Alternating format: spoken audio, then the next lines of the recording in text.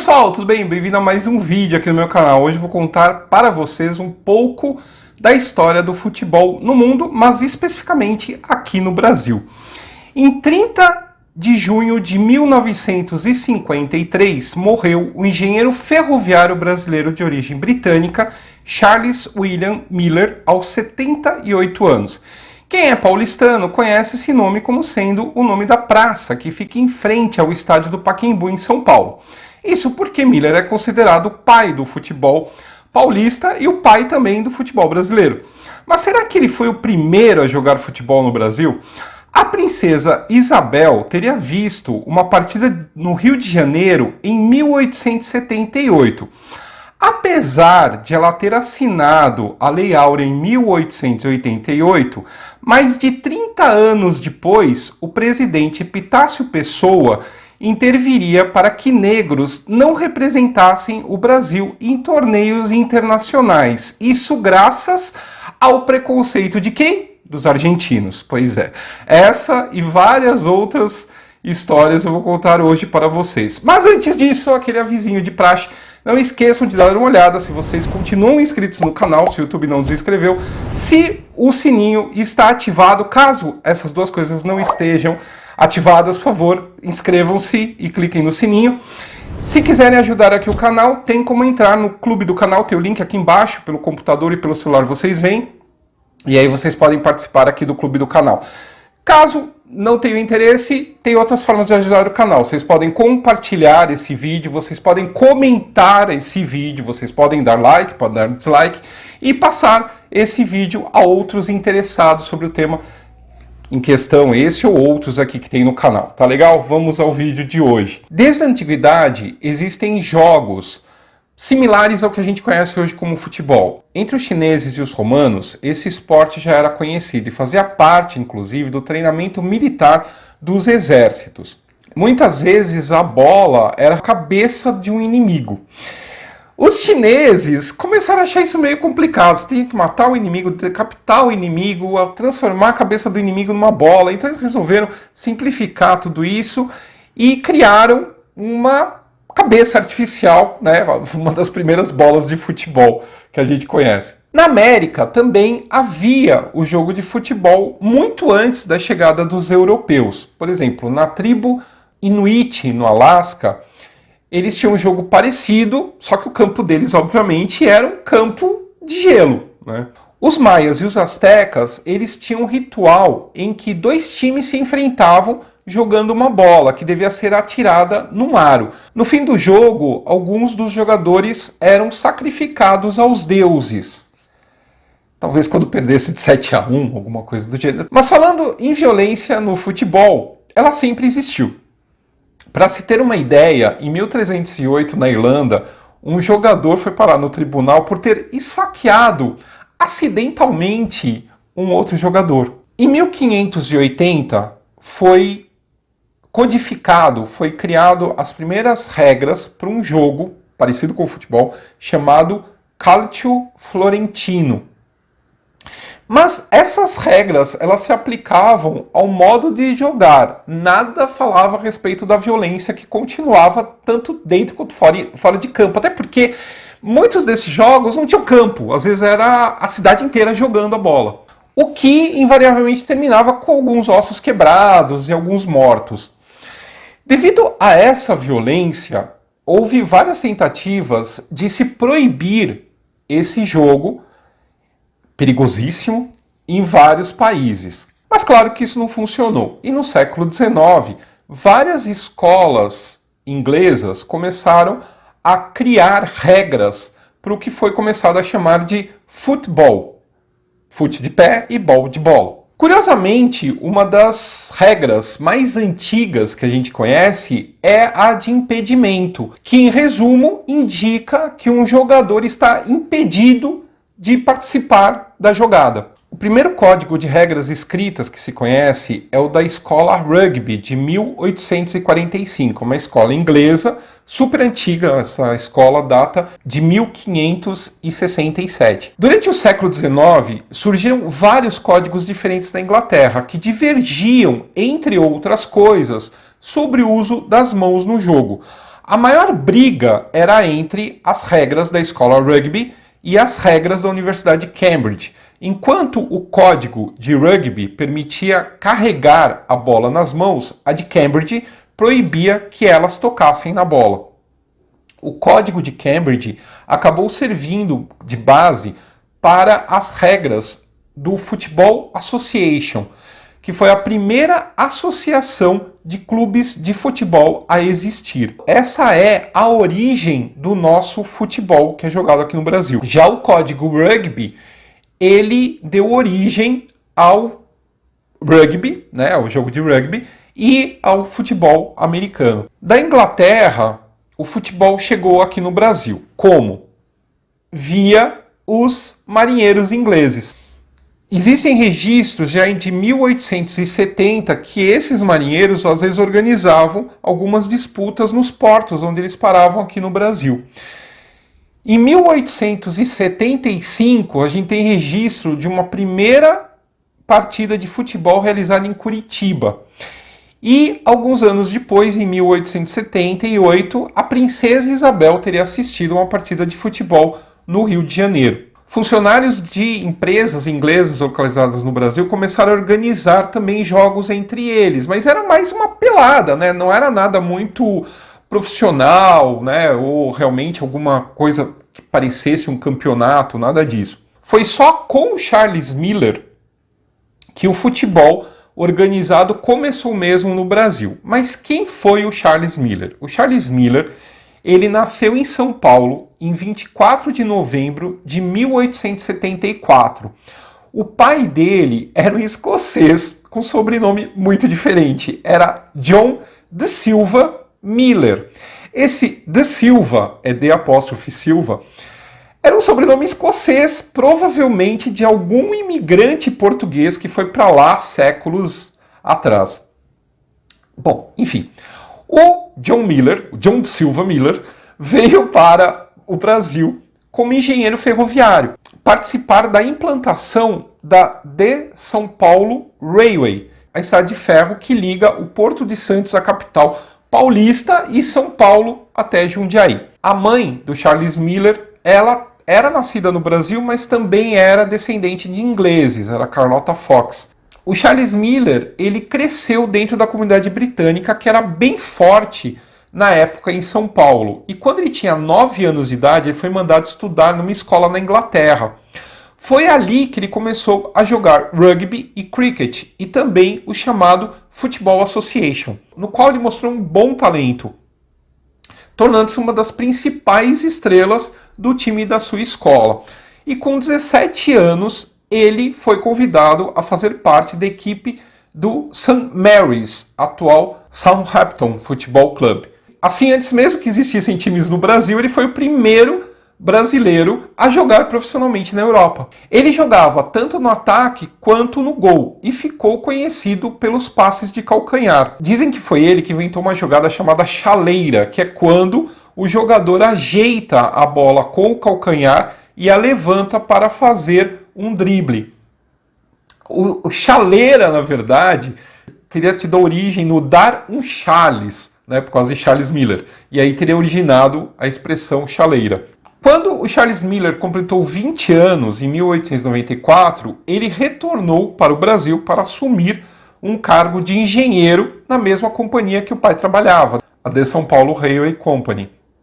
Na sua bagagem, além de roupa e tudo mais, ele trazia 2 bolas, um código oficial da Football Association e um par de chuteiras. Mas aqui chegando, ele teve uma surpresa. Ninguém conhecia direito o futebol. Ele foi morar como engenheiro ferroviário em Alto da Serra, que é a atual Paranapiacaba. Essa cidade, essa vila ferroviária nasceu lá na Serra do Mar pela mão dos ingleses, os ingleses que criaram essa vila ferroviária para poder ter gente em Alto da Serra para operar as chamadas máquinas fixas, que era o que fazia a subida e a descida do trem na Serra do Mar. Então, para ter esse sistema, precisava-se ter essa vila, e nessa vila ficavam, além dos operários, os engenheiros ferroviários, entre eles o Charles Miller, e é lá que ele vai criar o primeiro campo de futebol oficial no Brasil.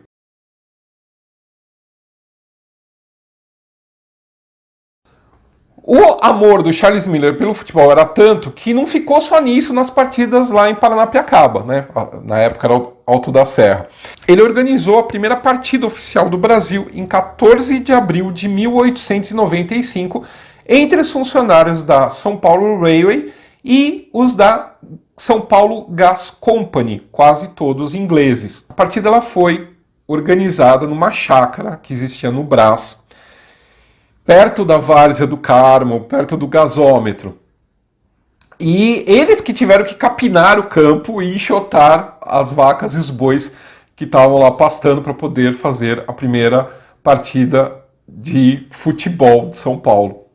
Os jogadores jogaram mesmo de calça comprida, porque nem uniforme tinha, e o time do Charles Miller ganhou de 4-2 da Gas Company. Com o sucesso do jogo, o Charles Miller decidiu organizar um time de futebol no clube que seu pai pertencia, o São Paulo Athletic Club, que nada tem a ver com o São Paulo Futebol Clube de hoje em dia.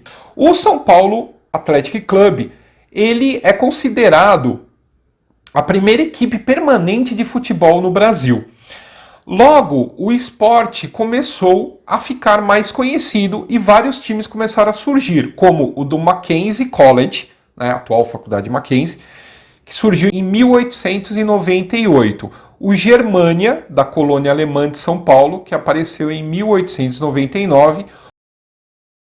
O Rio Grande, dessa cidade, Rio Grande, lá no Rio Grande do Sul, que surgiu em 1900 e é considerada a equipe de futebol mais antiga ainda em atividade no país. A maior parte dos jogadores ainda eram ingleses, americanos ou descendentes, enfim, eram estrangeiros. Mas o Charles Miller ele não parou por aí. Em 1901, ele foi um dos fundadores da Liga Paulista, que organizou o primeiro campeonato de times no Brasil.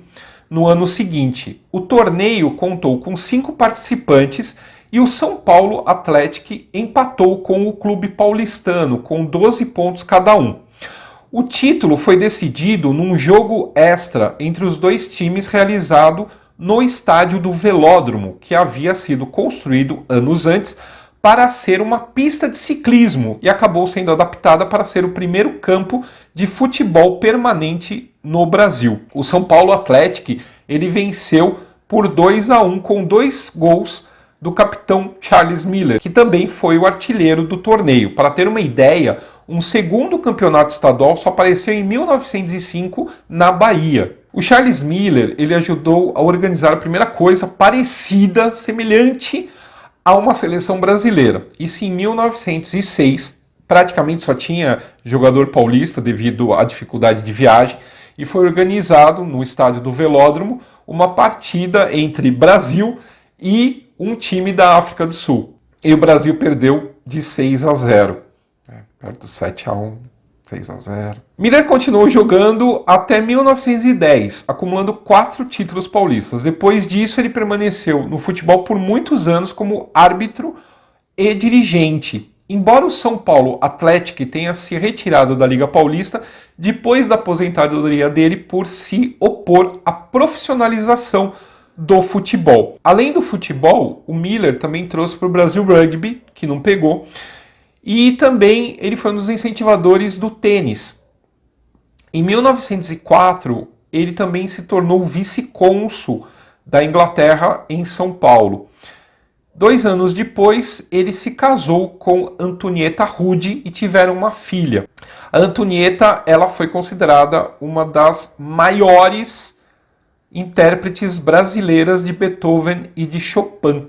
Na década de 20 eles vão se separar e Antonieta Rude ela vai se casar com o advogado e poeta modernista Menotti Del Picchia. No início, o futebol, como a gente percebe, era um movimento, era um esporte de elite, né? Você tem profissionais liberais, engenheiros, pessoas formadas fora do Brasil, pessoas da colônia, envolvidos nesse esporte. Pessoas que principalmente tinham tempo para treinar. Só que logo esse esporte começou a também chegar na população.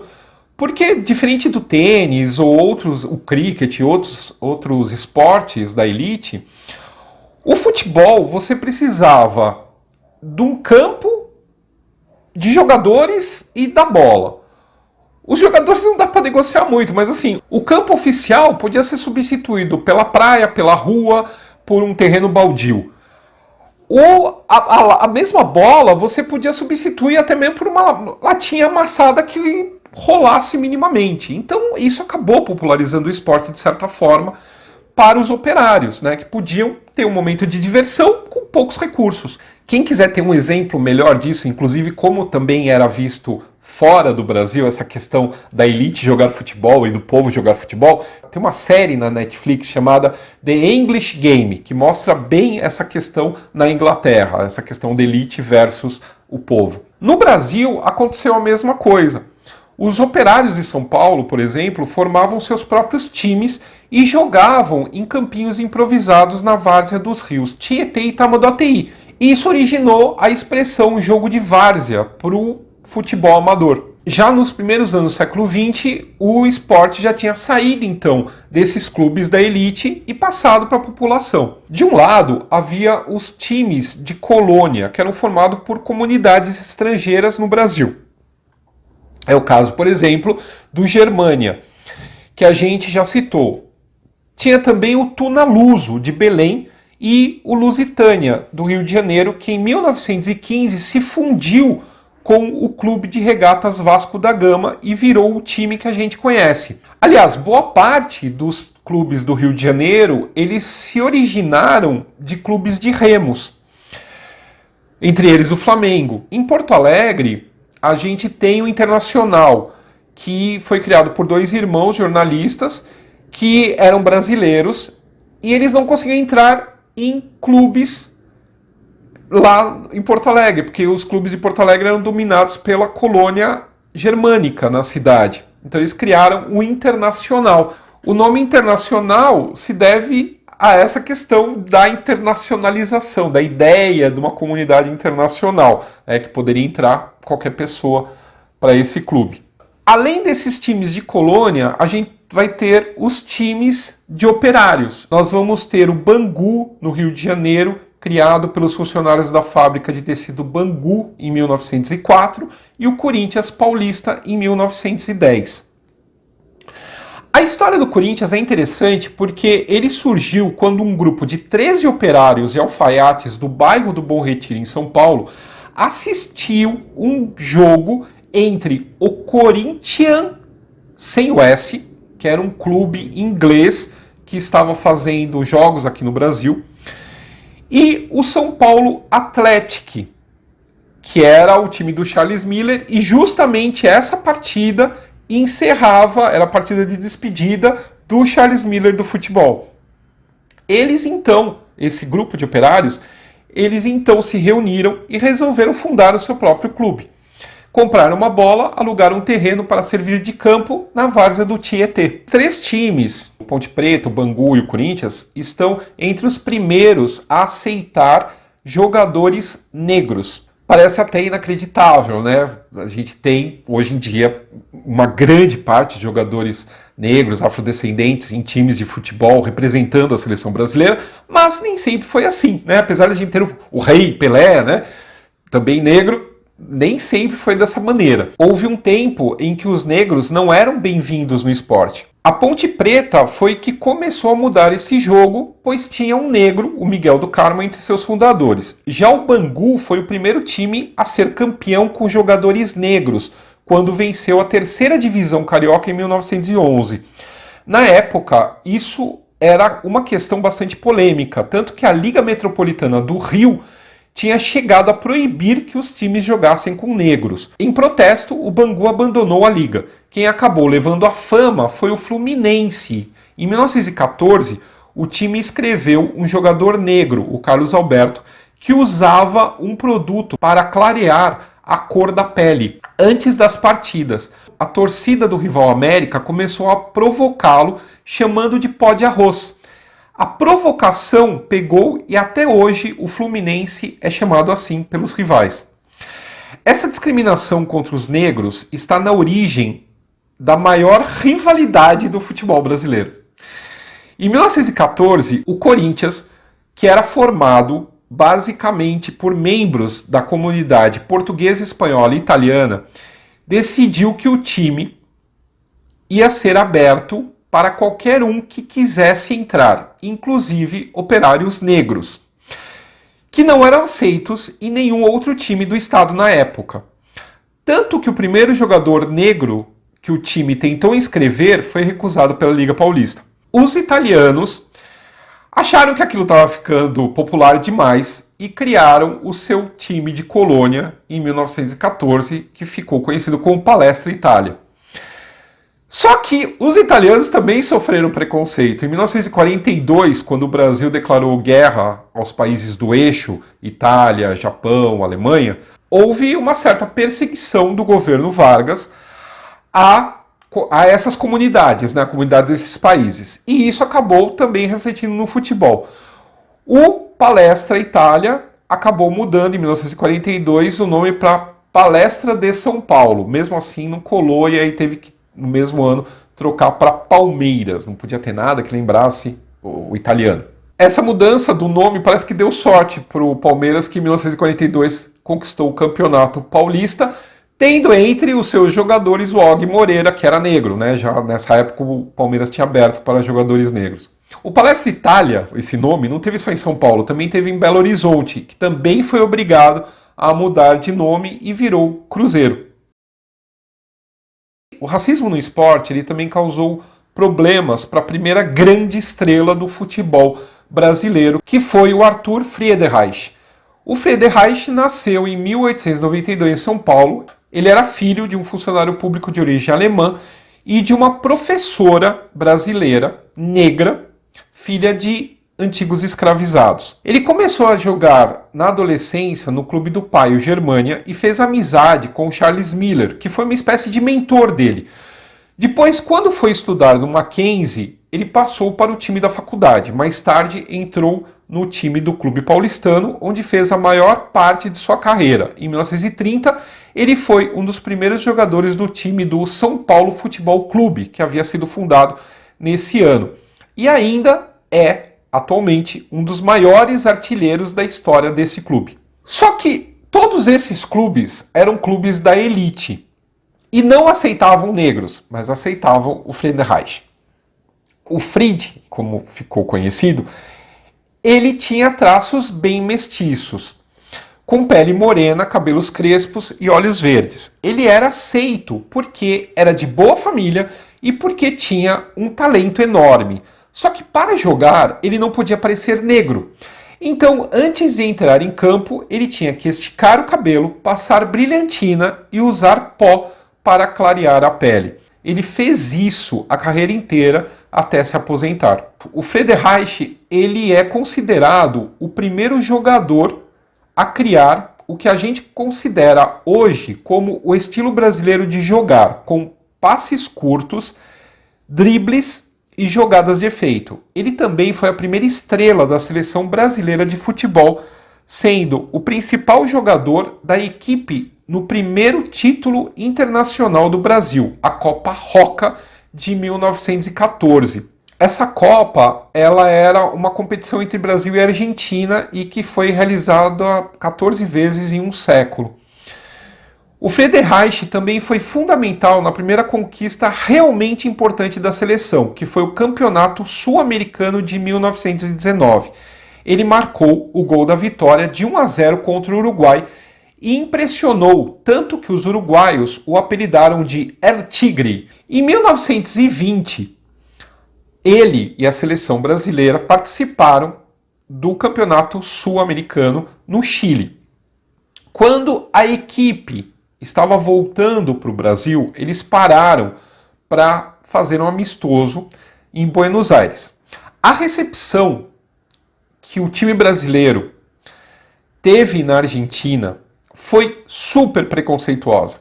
O jornal A Crítica chamou o time, que tinha grande parte formado por negros, de macaquitos. E foi além. Eles disseram literalmente: esta tarde teremos que acender a luz às 4 da tarde para vê-los. Se há uma gente que nos parece altamente cômica, é a brasileira. São elementos de cor que se vestem como nós e pretendem se misturar à raça americana, gloriosa por seu passado e grande por suas tradições. Você imagina o que sentiram esses jogadores? Eles se recusaram a entrar em campo e o time do Brasil jogou com 7 jogadores e o time da Argentina teve que também tirar jogadores e jogar com 7. Sem os negros, na seleção brasileira, o Brasil perdeu da Argentina por 3-1. O que fez o eminentíssimo presidente da República na época, o senhor Epitácio Pessoa? No ano seguinte, a Copa Sul-Americana seria disputada onde? Na Argentina. O Epitácio Pessoa chegou para os dirigentes da Confederação Brasileira de Desportos, que era similar à CBF da época, e disse que não era de bom tom mandar jogadores negros jogar na Argentina, porque isso poderia atingir ainda mais a reputação do Brasil no exterior. E isso foi feito. O Friedenreich não foi mandado, vários outros jogadores não foram mandados e a gente perdeu feio de novo.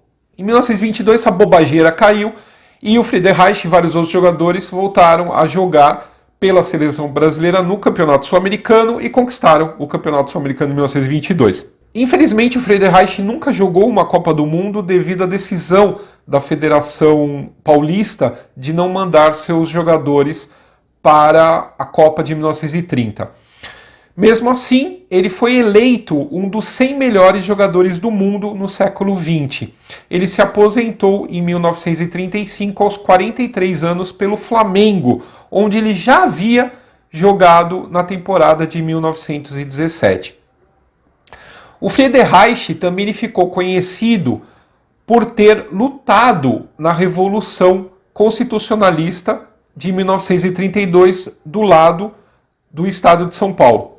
Ele também doou todas as suas medalhas e troféus para a causa da Revolução Paulista. Essa entrada, é para mostrar que futebol e política se misturam sim. Já na época, a ditadura do Vargas usou o futebol como uma maneira de reforçar a identidade nacional e conseguir apoio popular.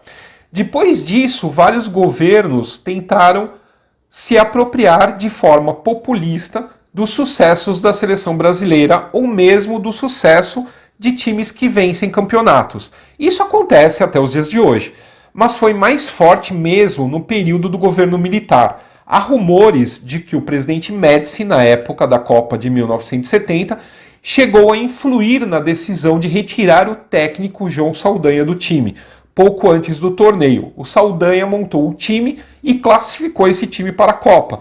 Só que tinha um problema, o Saldanha pertencia ao Partido Comunista Brasileiro e ainda por cima se recusou a deixar que pressões políticas interferissem na escalação do time.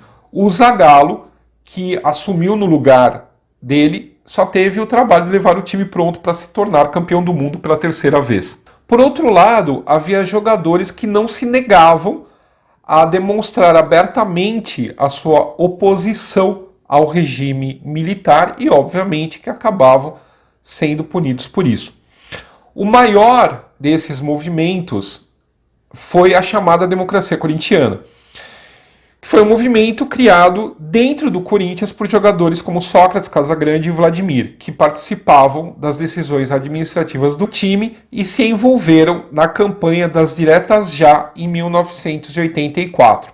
Desde a redemocratização, muitos jogadores continuam envolvidos na política, que é o caso do Romário, um dos maiores artilheiros da história da seleção, que hoje é senador pelo Rio de Janeiro. Isso tudo que foi dito aqui foi para mostrar como que um jogo que começou lá com a cabeça do inimigo em campo, passou depois a ser um jogo de cavalheiros ingleses, se transformou no esporte mais popular do Brasil e que é, para o bem e para o mal, parte integrante da nossa cultura da nossa sociedade atual. É claro que existem milhares de histórias, milhares de times. Esse foi um recorte, obviamente.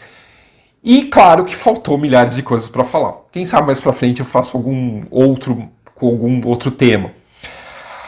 Agora eu queria saber de vocês. Tá na cara qual é o meu time, né? Provavelmente vou perder seguidor aí, mas tudo bem. Só se a pessoa é cega, né? Nunca viu a flâmula aqui no cenário. Bom, eu quero saber de vocês. Qual time vocês torcem? Coloca aí nos comentários que time você torce. E se você conhece alguma história muito interessante do teu time. Tá legal? Um abraço, até o próximo vídeo.